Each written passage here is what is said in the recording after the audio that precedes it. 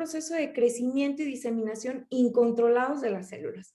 Entonces, yo el ejemplo claro que siempre les pongo, o sea, porque si nos pusiéramos a hablar en sí, ahora sí que en términos muy exclusivos o así, nos revolveríamos más, pero les digo, imagínense que están en una fábrica, o sea, tienes una fábrica, no sé, de cartón, y está la máquina, ¿no? Haciendo de manera predeterminada las cajas, pero algo falla en la máquina, algo falla en su funcionamiento y empiezan a salir muchísimas cajas de las que tú tenías planeadas para la producción y estas salen mal. O sea, son el mismo material, pero está dañado el material. Básicamente, eso es lo que pasa con las células del cáncer. O sea, empiezan a crecer y a crecer y a crecer, pero no son las células que nosotros queremos, no son las células propias del cuerpo.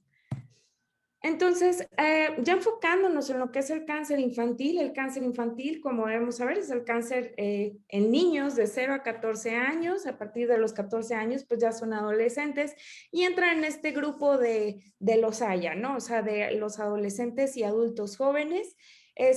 Pero bueno, es la principal causa de muerte en niños alrededor del mundo y más del 80% de los casos diagnosticados ocurren en países de bajo y mediano ingreso, donde el acceso a diagnóstico y tratamiento son frecuentemente inadecuados. Aproximadamente 300,000 niños desde la infancia hasta los 14 años son diagnosticados cada año alrededor del mundo.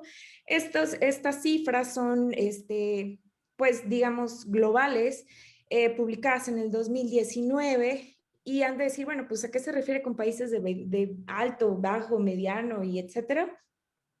Esto tiene que ver mucho, así se califican los países de acuerdo, pues ahora sí que tienen una parte que ver con el Banco Mundial y etcétera, como el ingreso que tienen estos países. México está catalogado como un país de bajo y mediano ingreso. Yéndonos hacia la epidemiología, se dice que de 10,000 a 15,000 casos nuevos de cáncer por año son diagnosticados en las primeras 2 décadas de la vida en Estados Unidos. A pesar de ser la causa principal de muerte, la sobrevida del cáncer infantil es mucho más alta a comparación del cáncer en la vida adulta y esta, afortunadamente, va en incremento con el tiempo. O sea, si bien podemos reportar mucho más incidencia en la parte pediátrica respecto al cáncer. También la sobrevida es mucho mayor si lo comparamos con la población adulta. Y esto, pues bueno, para nosotros es muy buena noticia. En este cuadro, o sea, ahora sí que eviten perderse en todos estos números, enfocándonos en este rectángulo rojo, lo subrayé porque, pues bueno, si se pueden dar cuenta, pues no viene como bien específico la parte de México, pero podemos enfocarlo o incluirlo en la parte de Centroamérica. Y aquí podemos ver en este estudio de Eva Esteliarova, eh, hicieron un estudio de 10 años, ¿no? Lo publicaron en el 2017 de la incidencia del cáncer infantil. Si podemos observar, la población cubierta de 0 a 14 años fue 8.1% y de 15 a 19 años fue de 8.5%. Ya yéndonos a casos específicos, en el primer grupo de 0 a 14 años tenemos 6,223 casos y de 15 a 19 años 2,304 casos. ¿Qué es lo que pasa aquí? Esto no significa que hay menos en este país, ¿no? En estos países, en Centroamérica y Caribe. No, significa que algo está fallando en el reporte, en el registro del diagnóstico. No me gusta comparar con el vecino de arriba, pero si nos fijamos bien, o sea, si hacemos esta comparación con Estados Unidos de Norteamérica, vemos el índice de registro que tienen ellos, que pues bueno, es muchísimo mayor. Por eso reportan mucho más números de casos, ¿no? Que vamos a lo mismo, no significa que esta población específico, o sea, de Estados Unidos de Norteamérica, tenga como una mayor predisposición a desarrollarlo, es simplemente que tienen ellos un sistema de registro pues un poquito más eficaz que nosotros. Hablando de las patologías como tal, igual en este estudio de Eva Esteliarova, podemos ya ubicarnos en cuanto a las patologías como tal. Eh, pues en las más comunes son las más conocidas en la infancia. Si podemos observar de manera pues general, en rojo están las leucemias. Si nos fijamos en el grupo de 0 a 4, de 5 a 9 y todavía en el grupo de 10 a 14 años, viene siendo la primer causa, ¿no? El número 1 en la patología de cáncer infantil. Pero si ya nos vamos al grupo del 15 a 19 años, vemos que ya está un poco dividido, incluso las leucemias tienden a pasar a un segundo lugar y vemos que los linfomas tienen un ligero predominio mayor a comparación de las mismas que en otros grupos de edad. Bueno, aquí igual se disminuye el porcentaje de sistema nervioso central, pero sí podemos observar en las primeras tres. Estas son las principales patologías que ocurren en la infancia: leucemia, linfoma y tumores del sistema nervioso central. O sea, en mayor porcentaje. No significa que el resto no aparezcan. Simplemente, pues hay una mayor incidencia. Eh, Bien, ya yéndonos igual por países, vemos que en el grupo de 0 a 14 años, igual enfocándonos o incluyéndonos en esta parte de Centroamérica y Caribe, tenemos los más comunes, predominio las leucemias, eh, linfomas y tumores del sistema nervioso central, pero vemos, y me van a decir, oye, pero pues lo gris también está como más o menos del tamaño de lo rojo. Sí, pero aquí estás incluyendo los tumores menos comunes, o sea, ¿y cuáles son los tumores menos comunes?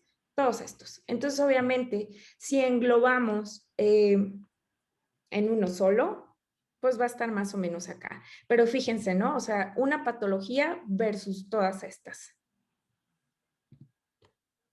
Y en el grupo de los 15 a los 19 años, igual en Centroamérica y Caribe, como podemos ver, leucemias, linfomas, tumores del sistema nervioso central, pero aquí vemos que esta parte, la verdecita, también empieza a tener un poquito de pelea y esta está relacionada a los tumores epiteliales y melanomas. Entonces, como podemos observar, en estos dos grupos de edades, las patologías el índice, la incidencia de las patologías va a variar.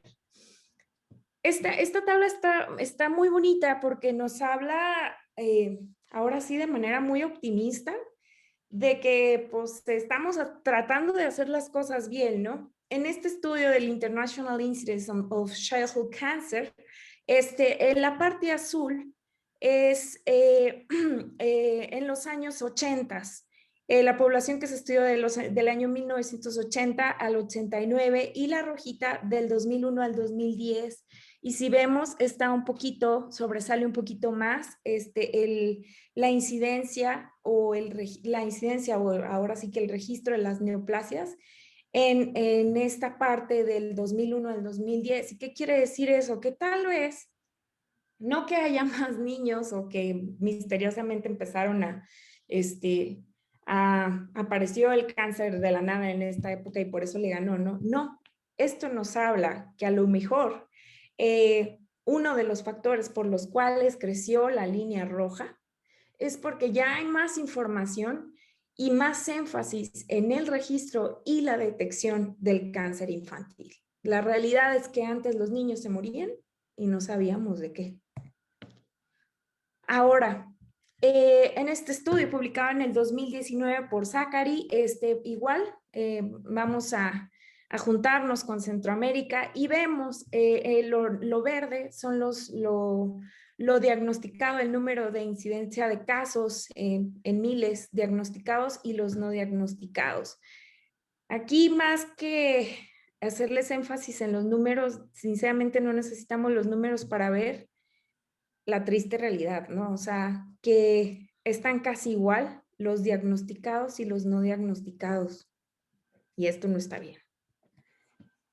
Ahora, ya yéndonos de lo global, vamos a aterrizar aquí en México. El registro para el cáncer en niños y adolescentes en México en el 2017 nos hablaba de que alrededor de 111.4 casos en niños eran diagnosticados en niños de 0 a 9 años y 68.1 casos en adolescentes de 10 a 19 años, esto por millón, de los cuales el 48% eran leucemias, el 12% linfomas y el 9% tumores del sistema nervioso central.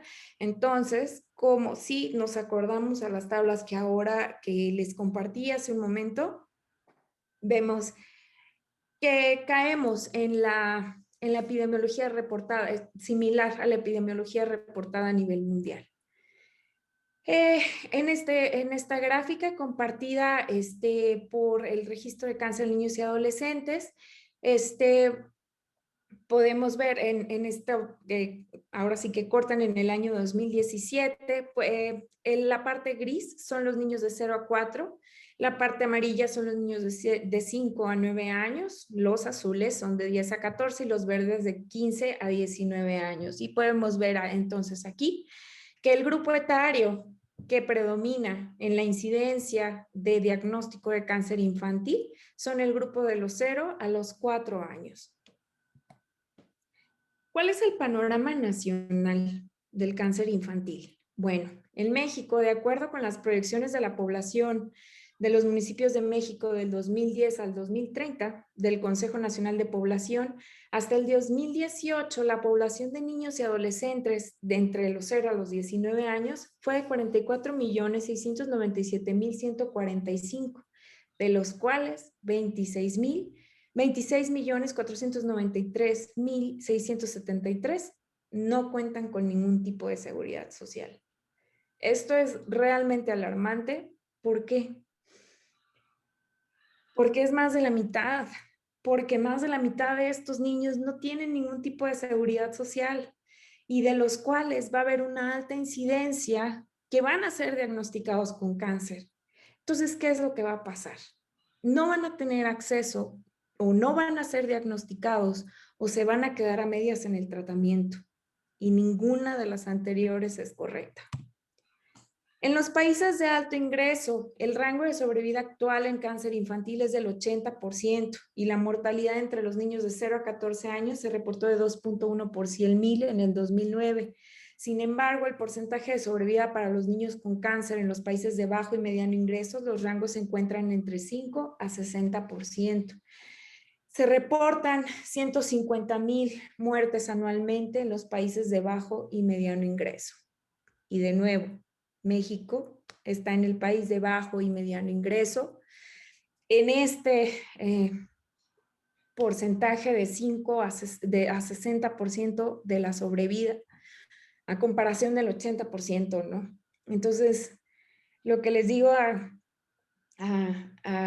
mis residentes o a mis compañeros, y van a decir, sí, dice lo mismo siempre, es de que, híjole, hasta para tener esta enfermedad hay que tener un poquito de suerte a veces, pues de nacer en un país que sí te dé todas las medidas adecuadas, ¿no? Para poder tener una sobrevida, entrar en este rango de la sobrevida del 80%, no por falta de médicos, sino por falta de recursos. En este estudio, el doctor Rivera Luna y colaboradores publicaron en el Pediatric Blood and Cancer en el 2016. Aquí ellos hicieron este estudio del 2007 al 2015.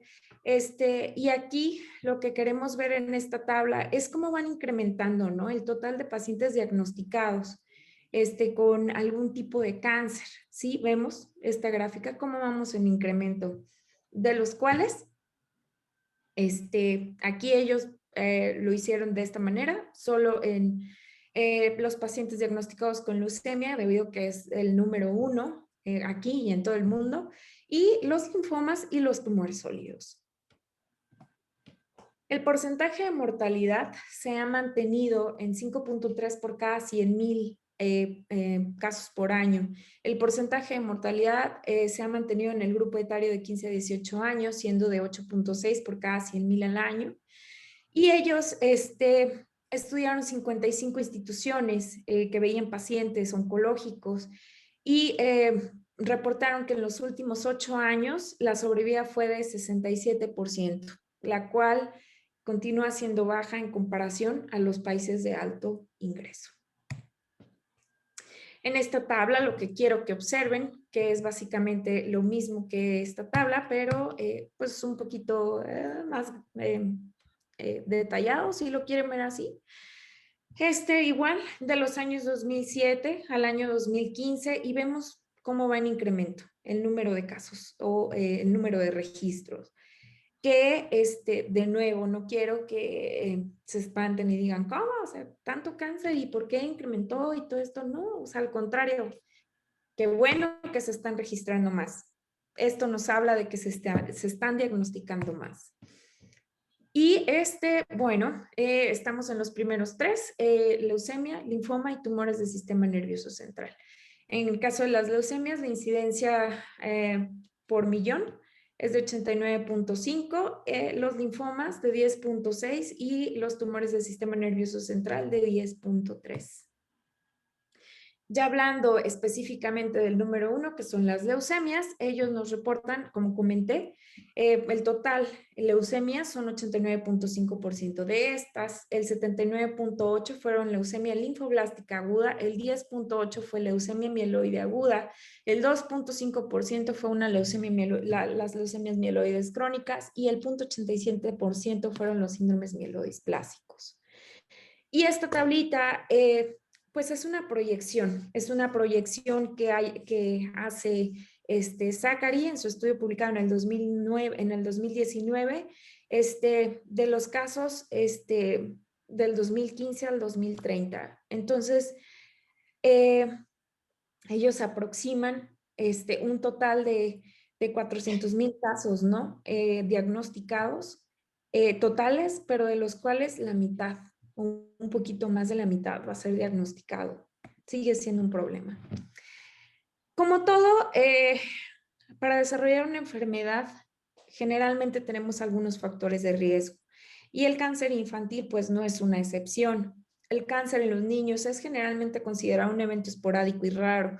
Solo un pequeño porcentaje de casos se relacionan como resultado de una predisposición genética. Sin embargo, una serie de características sugieren que al menos un subconjunto de cánceres pediátricos resulta de una predisposición genética y estos factores van a incluir la historia familiar del mismo cáncer o relacionado, o sea, es por eso que es tan importante que tenemos que seguir haciendo las historias clínicas muy detalladas y de verdad hacer especial énfasis en si algún familiar de ellos conocen o saben que haya muerto de algún tipo de cáncer. Presentación de cáncer bilateral, multifocal o múltiple, la edad más temprana del diagnóstico que los tumores esporádicos del mismo tipo, los hallazgos físicos sugestivos de predisposición a un síndrome y la aparición de tipos de tumores específicos que frecuentemente ocurren en el contexto de predisposición genética. Hay ciertos síndromes ya bien estudiados que si se detectan en el paciente tienen una incidencia mucho mayor que un paciente que no lo tiene de desarrollar algún tipo de neoplasia. Algunos de los ejemplos de hallazgos físicos relacionados a síndromes de predisposición cancerígena van a ser las famosas manchas café con leche, asociadas a la neurofibromatosis tipo 1, la macroglosia en el síndrome de Becker-Wiedemann y la microcefalia en el síndrome del tumor pinedodermatoma. Sin embargo, importante, estas características también pueden encontrarse en individuos sin predisposición a cáncer. Estos son los síndromes que les comentaba que están súper estudiados.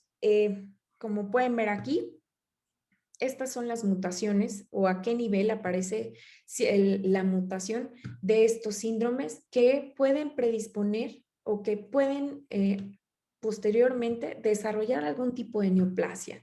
El síndrome del Li-Fraumeni con alteraciones del TP53, la neurofibromatosis, los síndromes de sobrecrecimiento, que abarcan en una parte del tumor de Wilms, que tenemos el síndrome de Wark, los síndromes de tumores neurales, los síndromes de cáncer gastrointestinal, los síndromes neuroendocrinos, los síndromes de predisposición a leucemia, tenemos todos estos. No me voy a enfocar porque de verdad necesitaríamos como 1 o 2 clases para hablar específicamente de estos síndromes.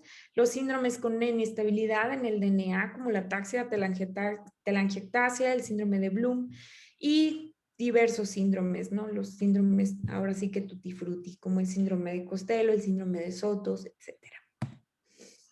Otros factores de riesgo que no están desarrollados al síndrome, ahora sí que son factores externos, pues desafortunadamente viene siendo la pobreza que nos lleva en ocasiones, la mayor parte del tiempo, a presentar desnutrición. Otro factor es la exposición a radiaciones ionizantes, que esto más que nada tendría que ver con la exposición, ahora sí, si ellos tuvieron que ser radiados por algún motivo o por algún cáncer previo. Y el virus del Epstein-Barr. El virus del Epstein-Barr es conocido de tener cierta influencia en presentar ciertos tipos de linfomas.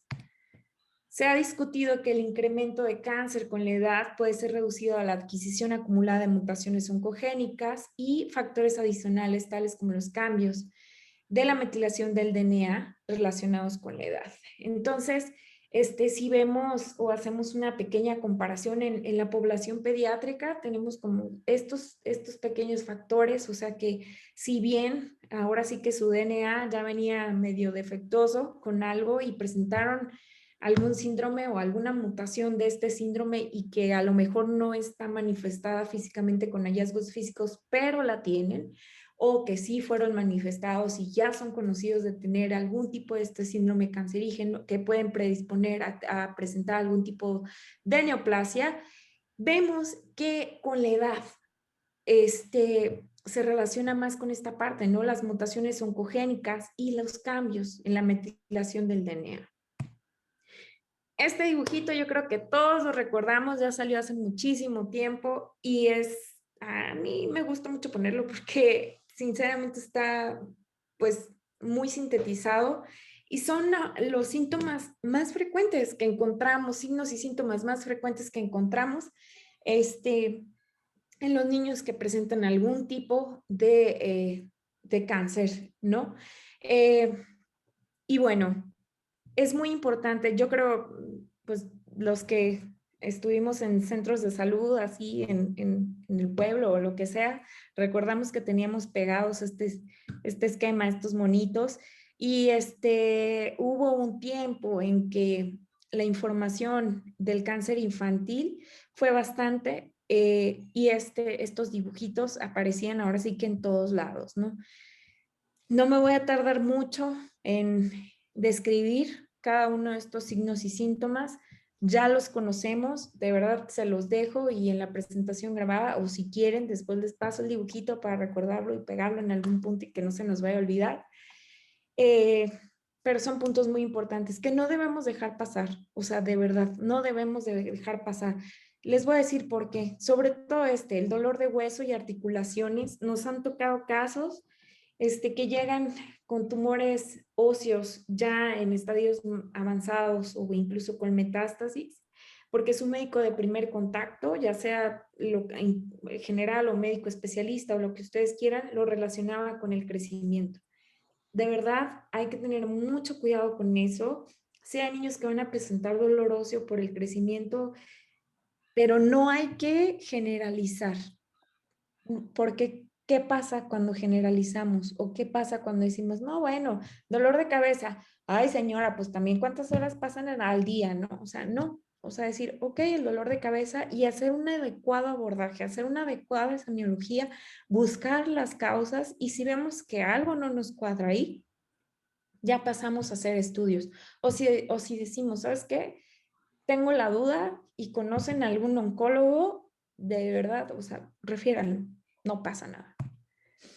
Estas tablitas están súper padres porque nos divide por neoplasias, la historia, los síntomas y los signos. Entonces está súper, súper bien sintetizado cada una de ellas, como de acuerdo al tipo de neoplasia, lo que podemos encontrar.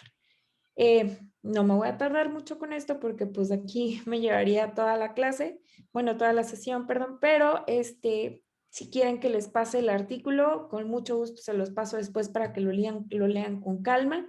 Y se nos quede o recordemos cuáles son los signos y síntomas que podemos encontrar en los niños, que podemos asociarlo con algún tipo de neoplasia.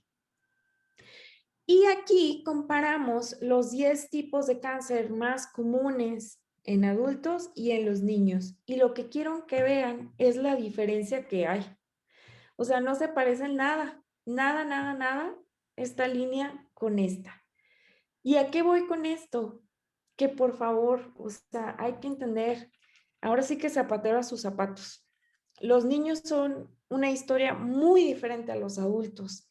Y en el tema de la oncología también, o sea, tienen manifestaciones muy diferentes a los adultos. Entonces es muy importante que sean manejados por un especialista en pediatría. O sea, a lo mejor si fue con su médico de primer contacto, su médico familiar, él lo refiere a un pediatra y este pediatra a un oncólogo pediatra.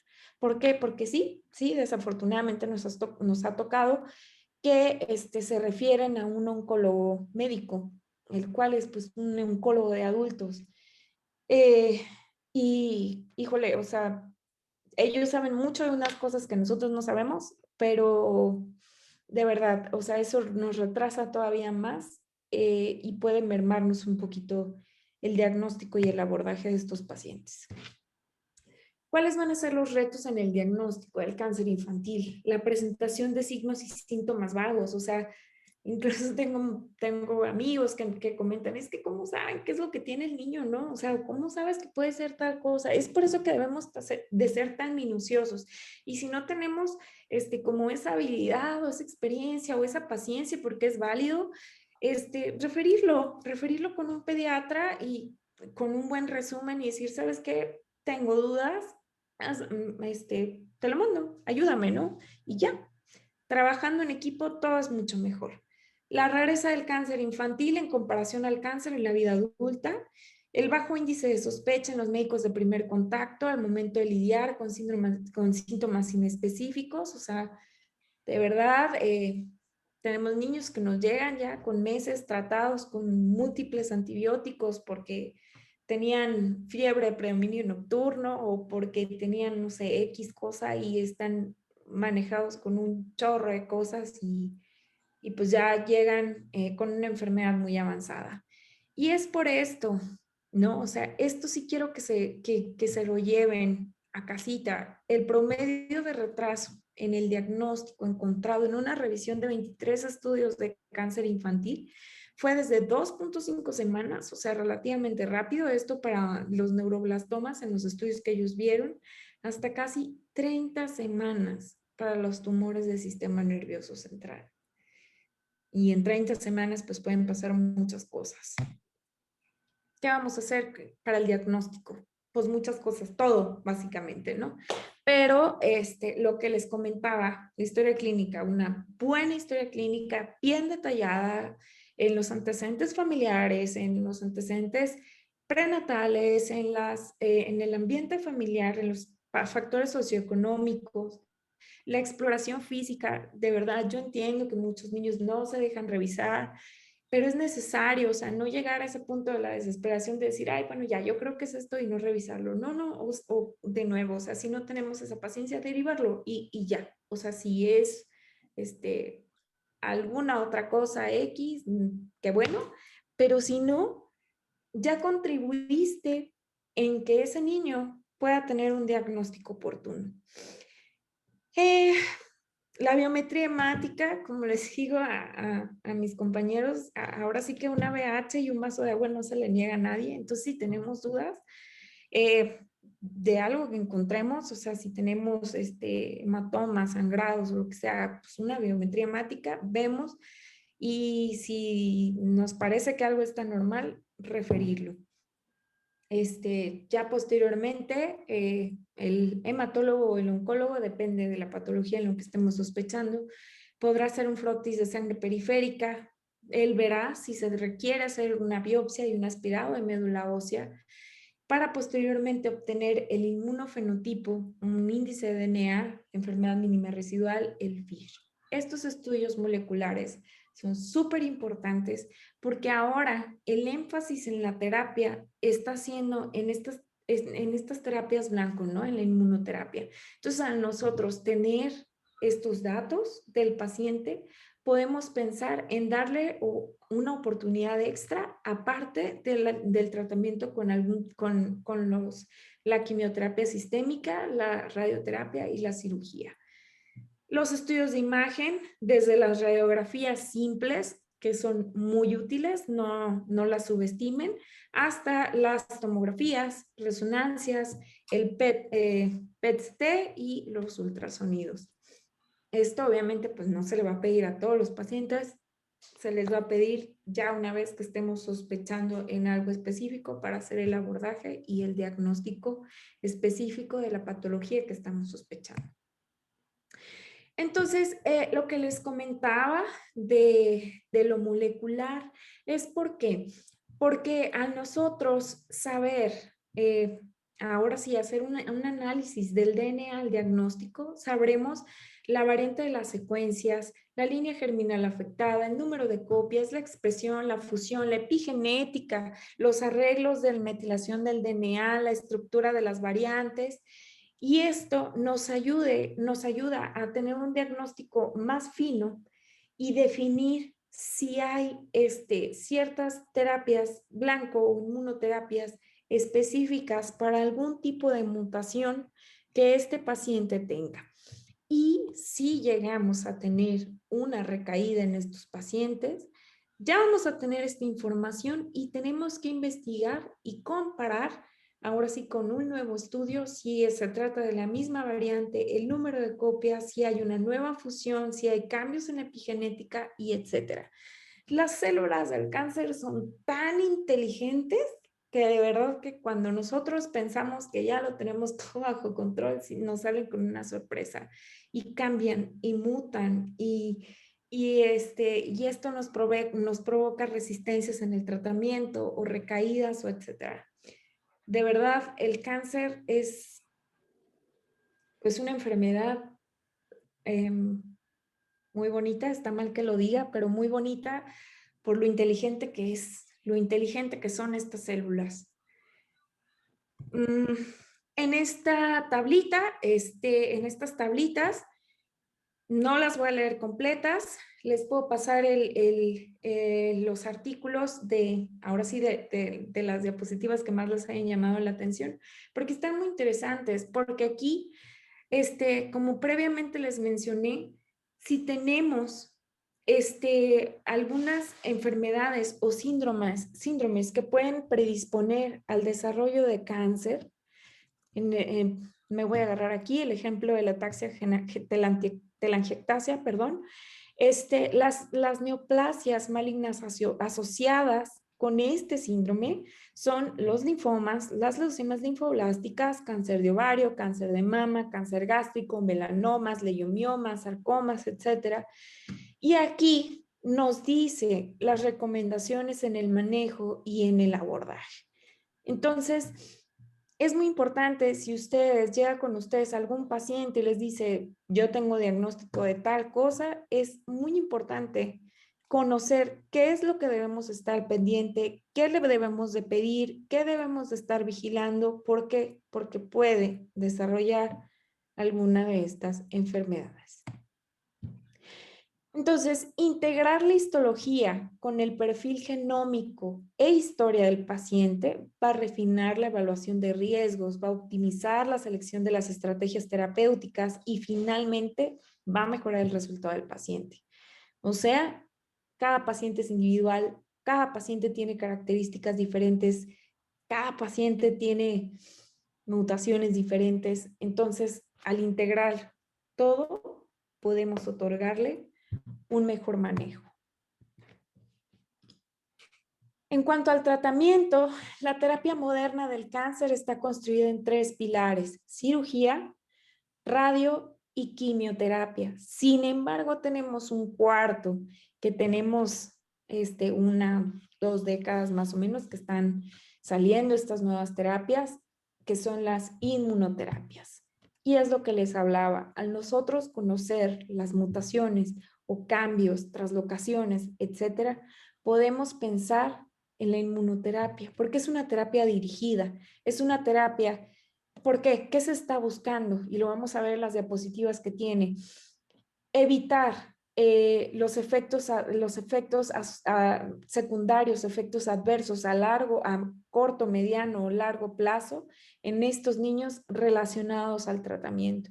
¿Por qué? Porque, bueno, o sea, sí, pones tú la quimioterapia, pero la quimioterapia sistémica de manera general, pues, o sea, llega al cuerpo y dice, ¿sabes qué? A mí me mandaron aquí a que acabe con todos, ¿no? O sea, yo no sé si tú eres bueno, si tú eres malo, es como los agentes SWAT, o sea, nada más llegan, les dices, vas y vas a capturar a tales células, pero pues ellos no saben quién es el bueno y quién es el malo.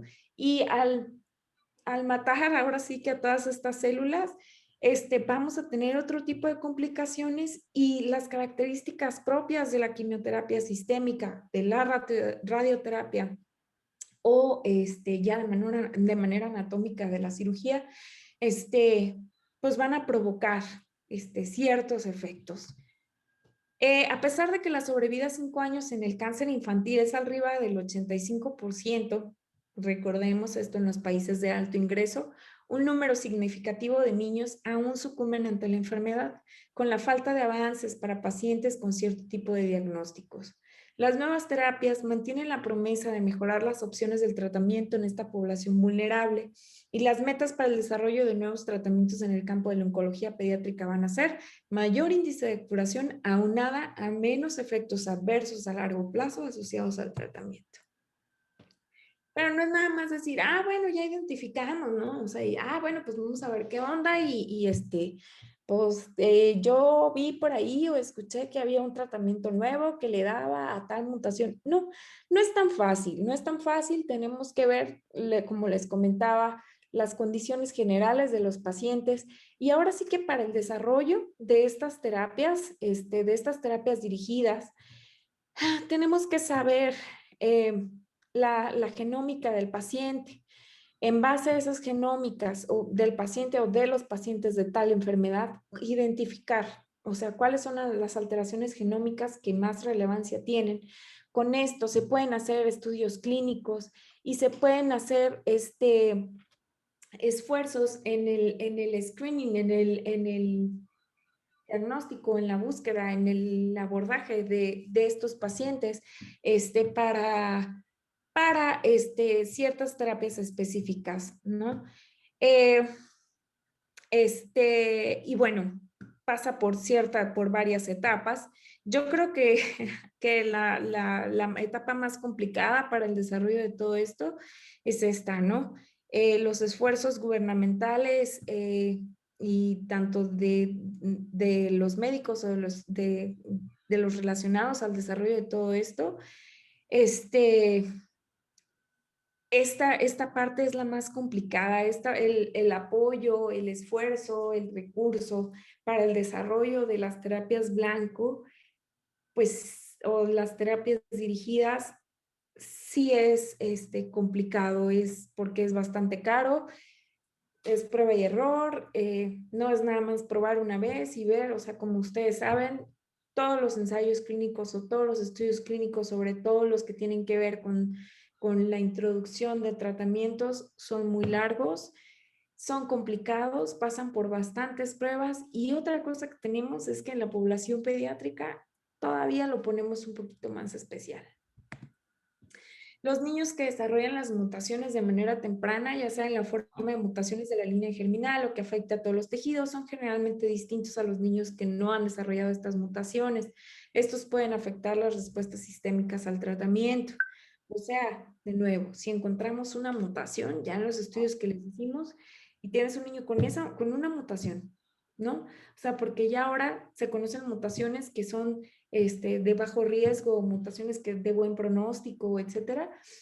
Entonces, si tú la encuentras y ves, comparas, tienes dos niños de las mismas edades y encuentras que uno tiene una mutación que no tiene un buen pronóstico y el otro no tiene la mutación y tiene una mutación de buen pronóstico, la respuesta al tratamiento va a ser completamente diferente.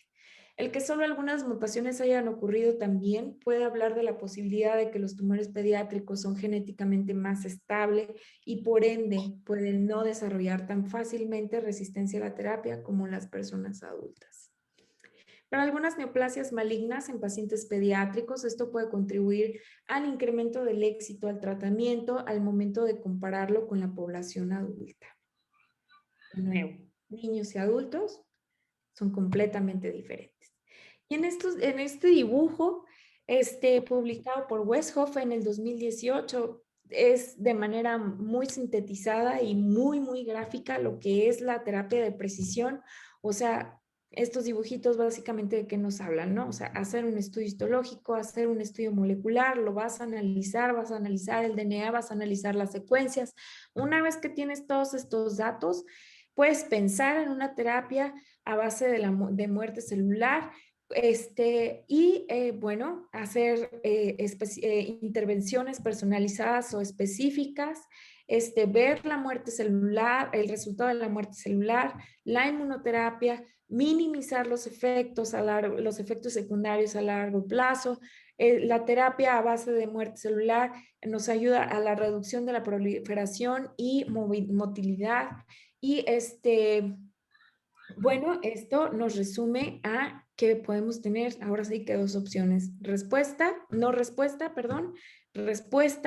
con posterior cura y después continuar la vigilancia de los efectos adversos a largo plazo.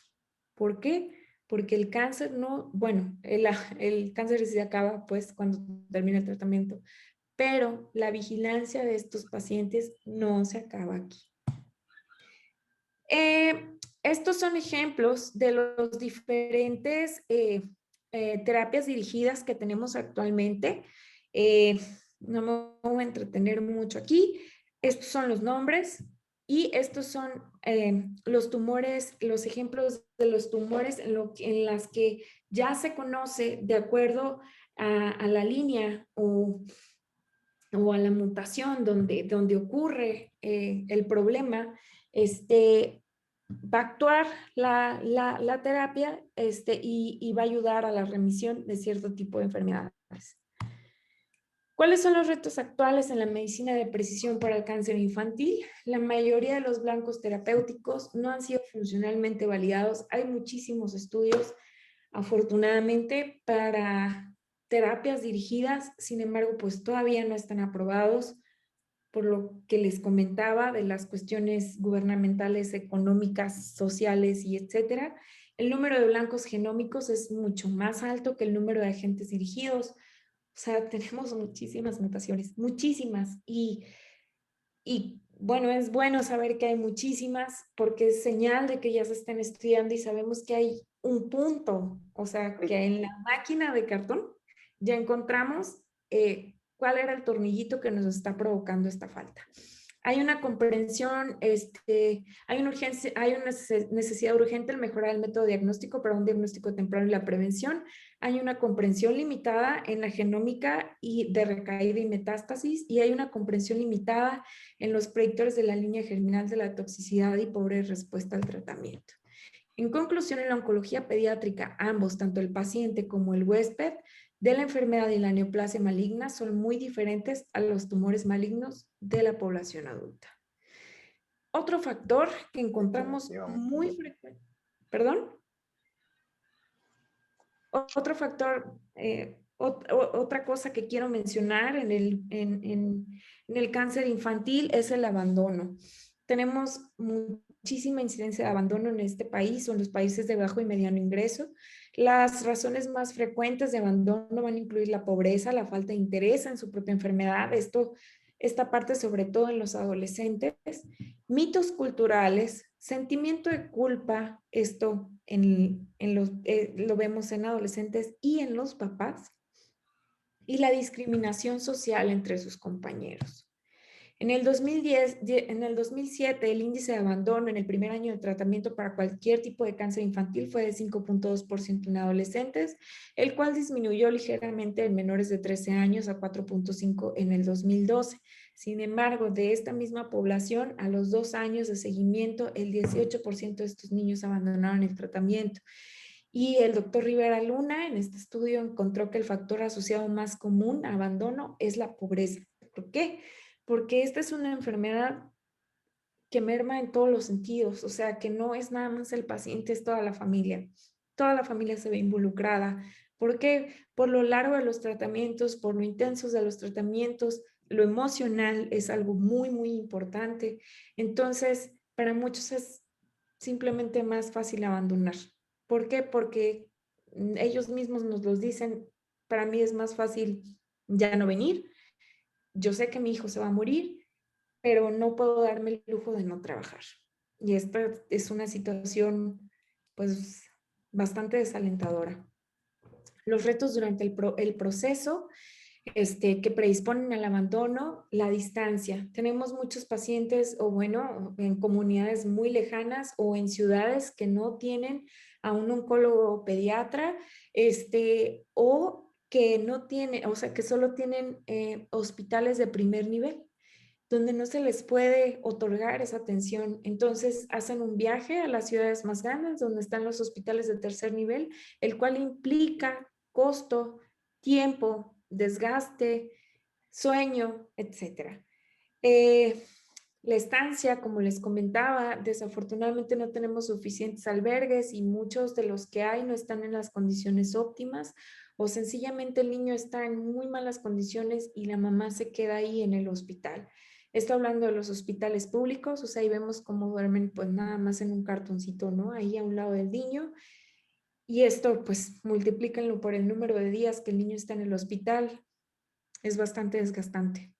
Y aquí viene lo psicológico y lo emocional. Es por eso que siempre debemos estar de la mano con el paciente, con la familia. Nosotros formamos parte de la familia, nos volvemos parte de la familia, de escucharlos, porque si no entiendes el entorno familiar, podrás saber todo de la enfermedad y te va a fallar el tratamiento y no vas a saber por qué y pudo haber sido alguno de estos factores que a lo mejor no tenían nada que ver con la enfermedad. Los sobrevivientes, esta parte es muy bonita porque tenemos pues los dos lados, ¿no? O sea, y los sobrevivientes afortunadamente cada vez son más con el avance de los tratamientos. Los sobrevivientes de cáncer infantil tienen riesgo más elevado de desarrollar neoplasias malignas en una etapa posterior de su vida, tales como las leucemias mieloides agudas, linfomas no Hodgkin y cáncer colorectal. Es por esto que les decía que una vez que se acaba el tratamiento, no se acaba la vigilancia. La vigilancia sigue. ¿Por qué? Porque ellos ya recibieron algo en el cuerpo, ya se cambió, ya se cambiaron ciertas estructuras, ya se cambia la morfología de ciertas células. Entonces su cuerpo, aunque ya no tiene el cáncer, está cambiado. Entonces predispone a tener segundas neoplasias. En general, el riesgo de desarrollar segundas neoplasias es de 3 a 6 veces más en los sobrevivientes de cáncer infantil en comparación a la población general. Es importante señalar que no solo la radioterapia es un factor de riesgo para el desarrollo de las mismas, sino también varias formas de quimioterapia, que es lo que les mencionaba. La quimioterapia es administrada de manera sistémica y por ende un gran número de efectos adversos es esperado. Y de hecho se ha encontrado que varias alteraciones asociadas a la quimioterapia sistémica o radioterapia son retraso en el crecimiento, en el desarrollo intelectual y pubertad tardía, así como alteraciones en la fertilidad y daños específicos a un órgano, principalmente corazón y pulmón. Entonces, de nuevo, no es nada más decir, ok, tiene esta enfermedad, pues vamos a ponerle tal, ok, de acuerdo, le pones, pero debes de saber y debes informar a la familia desde el principio que este tratamiento puede provocar ciertas cosas posterior al término, ¿no? Y en esta grafiquita vemos en azul los índices o los índices o porcentajes de sobrevida en los años 70 en comparación con el año 2001-2005. Entonces vamos a enfocarnos en lo rojito y vemos la diferencia abismal. 30 años posteriores al diagnóstico inicial de cáncer, más del 70% de los sobrevivientes de cáncer infantil van a reportar al menos una condición clínica crónica. Las más frecuentes son segundas neoplasias, alteraciones endocrinas y enfermedades cardiovasculares. El seguimiento a largo plazo inicia posterior al término del seguimiento oncológico de rutina, usualmente 5 años después del tratamiento contra el cáncer. De manera que los pacientes crecen y pasan a la edad adulta, el seguimiento a largo plazo va a tener que ser manejado por un especialista en medicina interna. Entonces nosotros ahora sí que nos casamos con el paciente, ¿no? O sea, vamos de la mano con ellos y una vez que pasan a la vida adulta, los heredamos o son como nuestros hijos y los heredamos o los entregamos al especialista en medicina interna con un resumen muy completo de qué le pusiste, qué le hiciste, cuánto le pusiste, porque no es que una dosis y ya, no, o sea, de cada tratamiento hay una dosis acumulada específica que te predispone a desarrollar efectos secundarios a largo plazo. En este estudio publicado en el 2020 de los sobrevivientes de cáncer infantil y su seguimiento a largo plazo, ellos evaluaban y dividieron en grupos de riesgo a los pacientes, grupo 1, grupo 2 y grupo 3, que el grupo 1 era considerado de bajo riesgo y estos pacientes tenían bajo riesgo de desarrollar efectos secundarios a largo plazo. Aquí se encontraban los pacientes con tratamiento solo quirúrgico, excepto los pacientes con tumores del sistema nervioso central, pacientes con leucemia linfoblástica aguda de riesgo estándar sin radioterapia y los pacientes con retinoblastoma no hereditario sin radioterapia. En ellos enfocaban que la asistencia a la clínica de seguimiento fuera una vez cada 5 años. Esto, repito, después del tiempo en que el oncólogo evalúa que todo siga bien, porque las recaídas o la aparición de segundas neoplasias se ha visto que aparece con mayor frecuencia en los primeros 5 años después del tratamiento. El riesgo medio de desarrollar el grupo 2 era riesgo medio para desarrollar estos efectos secundarios y aquí enfocaban a los pacientes con quimioterapia, excepto la leucemia linfoblástica y el retinoblastoma no hereditario que estaban en el grupo 1 y los pacientes con quimio y cirugía, excepto el retinoblastoma no hereditario y los pacientes con tumores del sistema nervioso central y cirugía. En estos pacientes de riesgo medio se comentaba que al asistir a una clínica de seguimiento tiene que ser cada 2 a 3 años. Y en el grupo 3 estaban los pacientes de alto riesgo, que son los de alto riesgo de desarrollar efectos adversos a largo plazo. Y tenemos aquí a los pacientes con trasplante de médula ósea halogénico, los pacientes que recibieron, perdón por esa falta de ortografía, que recibieron radioterapia y asistencia a la clínica al menos una vez aquí. Estos pacientes tenían que asistir a la clínica de manera más frecuente, al menos una vez al año. ¿Por qué? Porque cada uno tenía, de acuerdo a los tratamientos o a lo que se hizo, lo dividieron en los riesgos, en lo que pueden presentar. Entonces, sabes que tú eres grupo 1, tú eres grupo 2, tú eres grupo 3, tú vienes tal, tal y tal y tal. ¿Para qué? Para tener una mejor vigilancia y que no se nos escape el diagnóstico de enfermedades crónicas o la aparición de segundas neoplasias o de la misma neoplasia. Entonces, si ven aquí, tenemos el manejo de un equipo multidisciplinario, los internistas cuando ya se salen de nuestro rango de edad, continuar con el seguimiento con el oncólogo pediatra para la vigilancia, el aspecto de trabajo social, para el seguimiento, para que asistan, para el control de citas, también en la parte del manejo multidisciplinario, si encontramos algo, alteraciones físicas, mandar a rehabilitación, alteraciones de fertilidad, mandar a ginecología en caso de las mujeres o urología en el caso de los hombres, etc. Les voy a compartir rápidamente un estudio que hicimos en el Hospital Civil de los sobrevivientes, la población que estudiamos en un rango de 30 años, que es lo que tiene, bueno, ya ahorita tiene más, el servicio de oncología y hematología pediátrica del Hospital Civil. Nosotros encontramos en los registros de 1,185 pacientes, de los cuales el 54.9% eran masculinos y el 45% eran del sexo femenino. Y bueno, coincidía con la epidemiología a nivel mundial los hallazgos de las neoplasias más comunes, leucemias, linfomas y tumores del sistema nervioso central. Nosotros, bueno, una vez que identificamos o que hicimos este análisis global, después hicimos otro estudio, en una plática posterior ya se los compartiré, donde los contactamos y era súper interesante escucharlos o verlos. Muchos ya eran profesionistas, muchos te compartían esta parte del desarrollo intelectual, que le batallaron bastante después, una vez que terminaron el tratamiento, para ahora sí enfocarse o poner atención, poner atención en clases.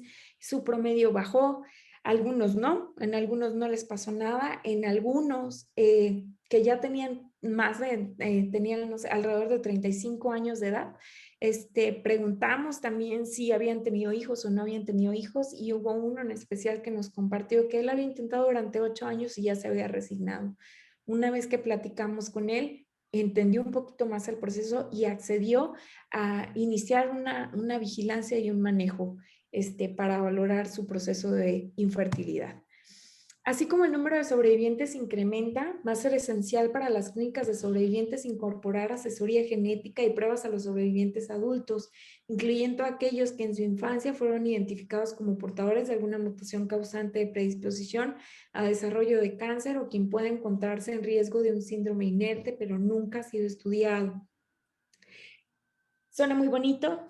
Desafortunadamente aquí en el país no tenemos clínicas de sobrevivientes. Hay ciertos hospitales de tercer nivel que se intenta hacer una clínica de sobrevivientes, pero no se tiene una como tal. Y estas tablas nada más son los estudios que se pueden hacer en el seguimiento, en las clínicas de seguimiento. Obviamente estos estudios son en clínicas ya bien establecidas, donde sus pacientes ya están súper comprometidos con la vigilancia y con el screening para los efectos adversos del tratamiento a largo plazo. Y esta tabla, o sea, de verdad, vean todo lo que puede ocurrir por aparatos y sistemas, todas las complicaciones a largo plazo que pueden ocurrir en los pacientes que recibieron algún tipo de tratamiento oncológico. En esta tabla los enfoca un poquito más, solo como ejemplo, en la parte cardiovascular, los efectos adversos ya establecidos o bien conocidos, cardiomiopatías, enfermedades de la arteria subclavia o carótida, enfermedades coronarias, enfermedades de las válvulas cardíacas, y bueno, así nos vamos, ¿no? Por aparatos y sistemas. Y dices, bueno, pero pues ¿cómo voy a saber, no? ¿Qué le pasa? Bueno, pues sí, sí sabemos. Afortunadamente ya quien nos lo puso de manera resumida. Si utilizas agentes alquilantes como estos, busulfán, carboplatino, carbamazepina, bla, bla, bla, vas a esperar que el paciente desarrolle alguna de estas alteraciones. Si utilizas antraciclinas como la daunorubicina, doxorubicina, epirubicina o idaurubicina, vas a esperar estas, corticosteroides, etc. Está bien establecido. Ya no podemos decir, yo no sabía, sí, ya están. Entonces, sí, en base a estas tablas o incluso si es necesario ponerlas de manera esquemática, una vez que vamos a iniciar el tratamiento, decir, ¿sabes qué? Tu hijo va a recibir tal cosa, de los cuales a largo plazo puede provocar tal, pero no asustarlos, decirles, vamos a seguir en vigilancia y vamos a estar bien atentos ante cualquier manifestación. Dejarles saber esa parte, ¿no? O sea, que de verdad estás comprometido con tu paciente y que vas a seguir de la mano con él hasta que ya lo tengas que pasar a los adultólogos, ¿no? Y bueno,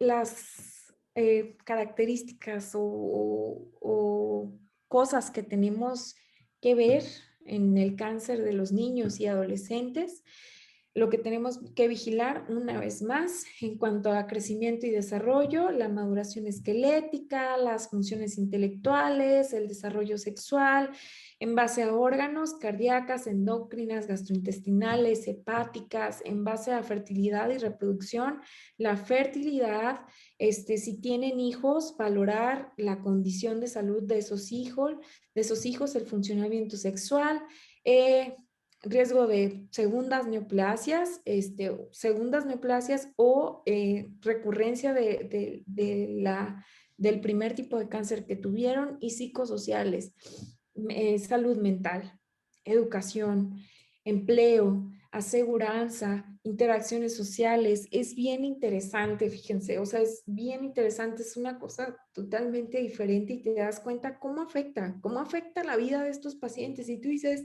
bueno, a lo mejor son niños y no se van a acordar. Sí se acuerdan absolutamente de todo, se acuerdan cómo se sentían, se acuerdan de su imagen, se acuerdan que faltaron a la escuela. Son muchísimas cosas. Es por eso que no podemos dejarlos. Y bueno, más del 80% de los niños, como ya comenté, van a sobrevivir a 5 años después del diagnóstico. Esto en los países de alto ingreso, los sobrevivientes a largo plazo de cáncer infantil están en un riesgo elevado de presentar morbilidades y mortalidad asociada al tratamiento. Y se dice que para la edad de 50 años, la mayoría de los sobrevivientes y niños adolescentes tendrán una condición crónica de salud seria o incapacitante.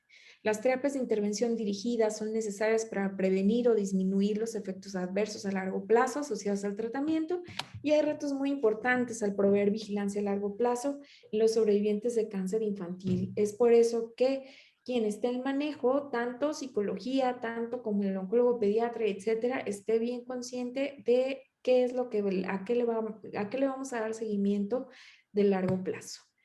¿Qué tenemos que hacer? ¿Qué tenemos que hacer como médicos? ¿Qué tenemos que hacer como médicos? Pues bueno, independientemente del tipo de médicos que seamos, si somos médicos generales, familiares, especialistas, tenemos que saber identificar los signos y síntomas, las banderitas rojas o datos de alarma para poder hacer un diagnóstico oportuno. No confiarnos en que son simples síntomas de lo que sea y dejarlo pasar.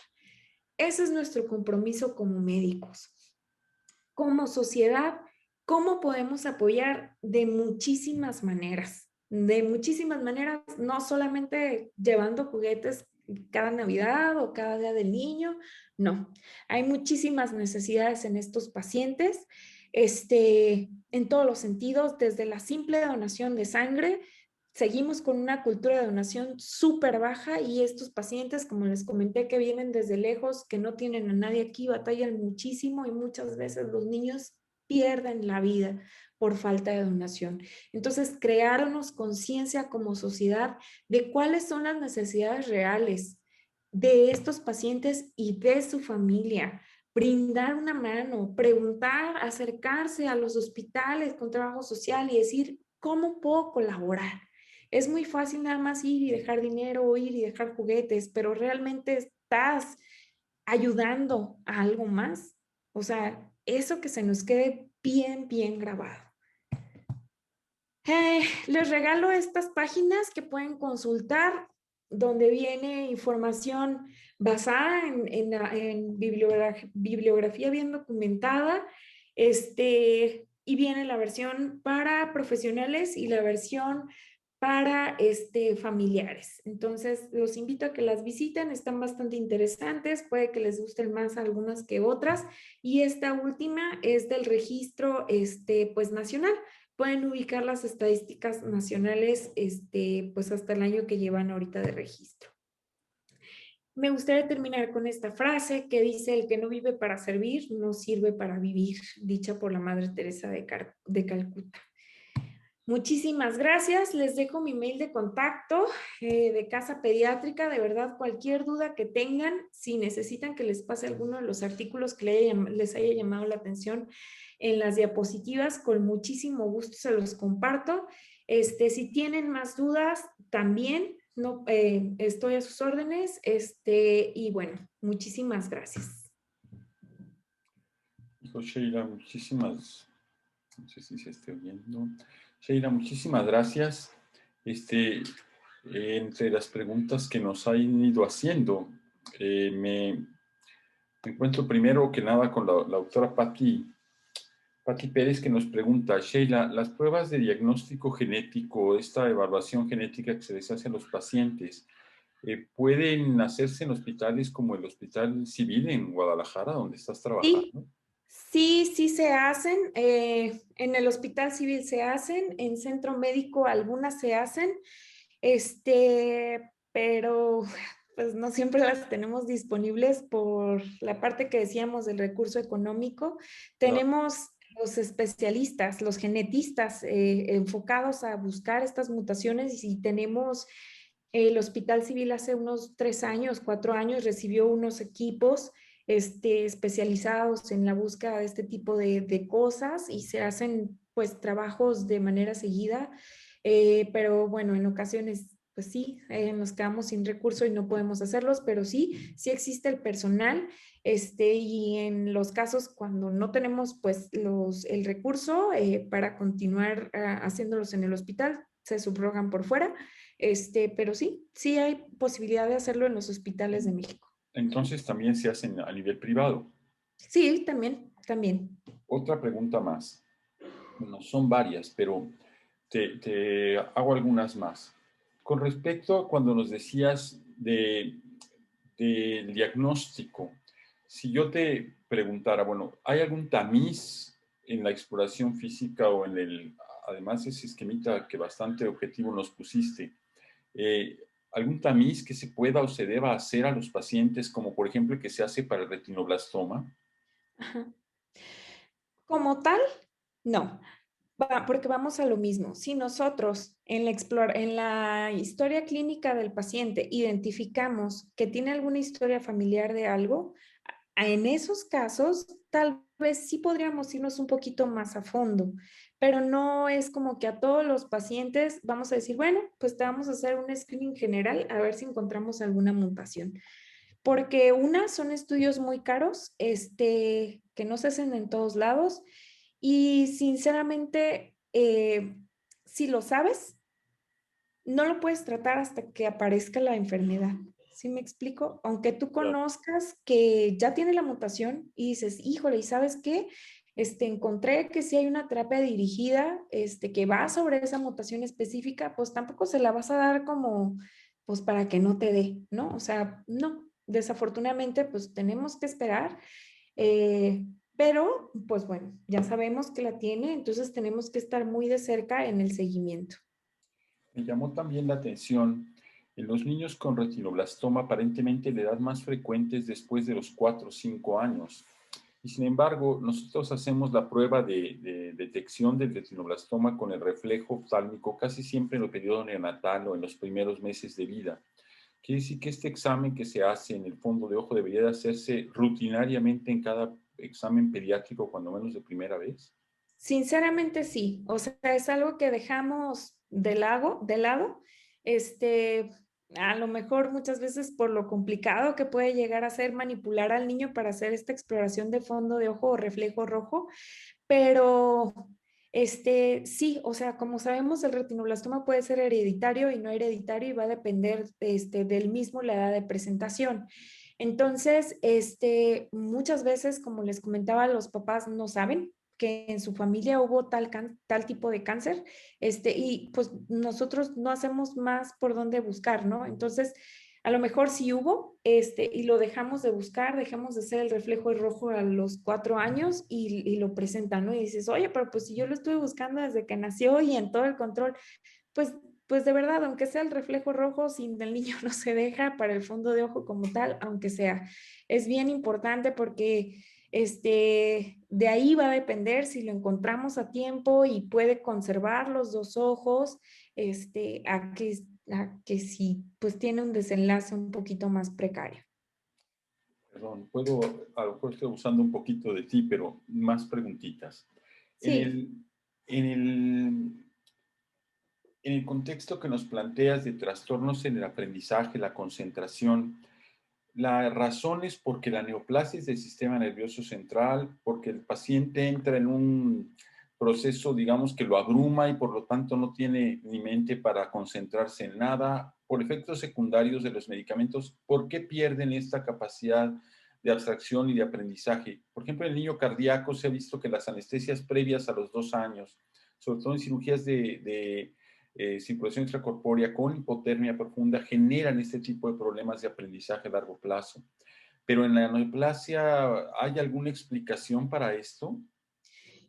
Sobre todo en los niños del sistema nervioso central, como usted lo mencionaba, tiene mucho que ver el uso de radioterapia, doctor. Nosotros, al utilizar radioterapia, la mayoría de los tumores del sistema nervioso central son radiosensibles y durante su tratamiento, aparte de la cirugía, la radioterapia y a los que son quimiosensibles, pues llevan las tres.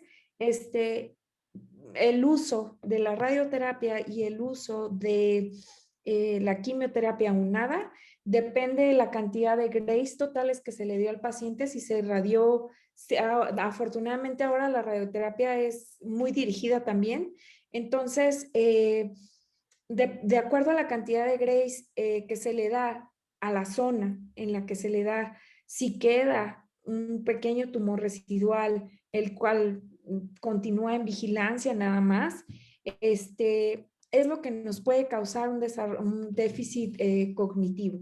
Ajá.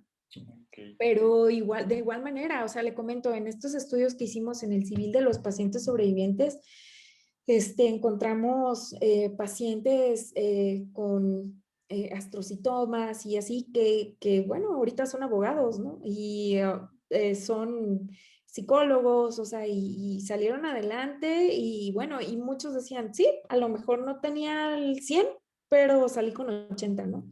Y dices, oye, pues es bastante buenísimo, ¿no? O sea, y qué bueno, o sea, qué bueno que no se detuvieron. Este, incluso una de ellas mencionaba, yo al verme cómo me iba transformando, cómo mi cuerpo se iba transformando, yo decidí continuar haciendo ejercicio y continuar con mis clases de ballet. Entonces eso le ayudó a ella a que sus funciones motoras tampoco se deterioraran, porque siguió, ¿no? Con el ballet y con la actividad física. Ujú. Otra más. Y el paciente con este tipo de enfermedades tienen tendencia a la depresión y demás. ¿En qué Sí. momento entran los cuidados paliativos en estos pacientes, los cuidados digamos, alrededor de ellos desde el punto de vista emocional? Desde el momento del diagnóstico, cuando ya se ve que no va a haber mucho éxito, ¿en qué momento el manejo debe comenzarse y si hay algún protocolo en esto? Es muy interesante la pregunta que hace, doctor, porque desafortunadamente tenemos la idea de que cuidados paliativos es pues cuando ya no hay nada que hacer. Y la realidad es que no. La realidad es que los cuidados paliativos entran desde el momento del diagnóstico. Incluso la definición de los cuidados paliativos es cuando tú encuentras en tu paciente que va a tener una enfermedad pues crónica, ¿no? O sea, que va a llevar muchísimo tiempo, un desgaste mental, un desgaste emocional y etcétera. Es por eso que aunado al manejo que les damos como médicos, si nosotros no tenemos el adiestramiento como tal en cuidados paliativos, sí hablar con psicología que tenga o un adiestramiento en el paciente oncológico o que tenga un abordaje en general de los cuidados paliativos, ¿no? ¿Para qué? Para acompañarlos, como mencioné antes, ir de la mano con el paciente, porque es muchísimo más fácil eh, pues bueno, podríamos decir mucho más fácil o un poquito más digerible cuando vas de la mano en el tratamiento y le vas explicando de manera emocional y de manera empática al paciente y al familiar lo que va sucediendo, a que si solo lo abordas ya después de que lo invadiste muchísimo, ¿no? Y es por eso que hay tanta negativa por parte de los familiares a recibir apoyo paliativo porque dicen, es que entonces significa que ya no hay nada que hacer. Pues no, no significa eso, o sea, pero como le digo, no existe como esa cultura como tal de introducir la parte de los cuidados paliativos. Ujú. El doctor Rendón nos pregunta también, ¿los esquemas de vacunación en el paciente oncológico se les dan continuidad tal cual o por falta de vacunación tienen más complicaciones? ¿Cómo se lleva la vacunación en estos chiquitos? Sí, sí presentan continuidad. En algunos se puede hacer un esquema de vacunación pues acelerado, en algunos ya no se puede poner, pero sí presenta continuación. Pero hay guías también específicas para en qué momento puedes empezar la vacunación de los pacientes una vez que tú terminaste el tratamiento oncológico. ¿Por qué? Por lo que les comentaba del riesgo de las recaídas en los primeros 5 años de tratamiento. Sí, muy bien. Pues Sheila, muchísimas gracias. No sé si haya más preguntas o alguna pregunta más en el auditorio que quisieran hacer, ya sea aquí en el chat o si que no estoy viendo a todos, si en un momento dado activan su micrófono y nos comentan algo. Nosotros somos ya poquitos, eh, encantados de la vida. Esperamos a que Sheila nos responda. Claro que sí.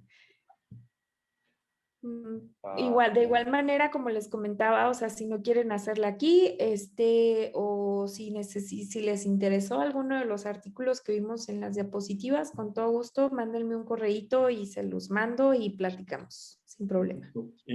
yo también aquí les pedí Sheila, que por favor felicidades nos por tu mandaran el plática. correo al archivo que se forma del chat para que lo podamos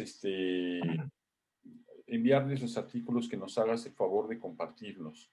Y de esa manera, Claro, bueno, pues que quede documentado y mandarles el resultado. Pero si no, por favor, al mismo correo en el que se inscribieron, pues ya nos mandan nos solicitan de alguna manera el,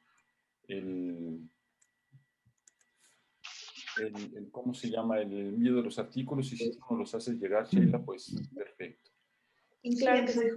Si no hay más comentarios o dudas, les invitamos, les agradecemos a todos su presencia. Te agradecemos muchísimo, Sheila, tu plática. Hay, por supuesto, comentarios de nuestros asistentes felicitándote y la verdad yo también te felicito. Muchas gracias. Estuvo muy, muy bonita tu plática y muy útil. El Muchas próximo 20 de gracias. abril será la siguiente sesión de Casa Pediátrica. Hablaremos de trombosis en pediatría. La ponente va a ser la doctora Michelle Morales Soto, oncóloga de Casa Pediátrica también. Y bueno, pues si no hay mucho más, les agradezco a todos el que hayan asistido. Te agradezco nuevamente, Sheila. Y Gracias a ustedes. saben que esta casa pediátrica es su casa y que cualquier necesidad de apoyo que se requiera de parte de cualquiera de nuestro equipo, con mucho gusto los contactamos con ellos o directamente con ellos a través de nuestra página de internet pueden buscarlos. Muchísimas gracias. Gracias. Saludos a todos. Gracias. Buenas noches para todos. Buenas Buenas noches. noches, gracias. Buenas noches a todos, gracias. Buenas noches, gracias.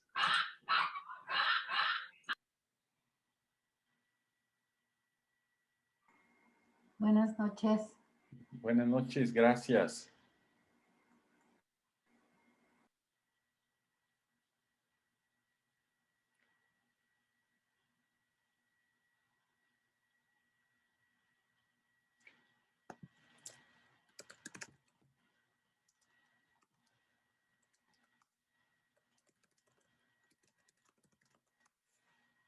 Listo, pues voy a cerrar la sesión. Muchas gracias, Toño. Buenas noches.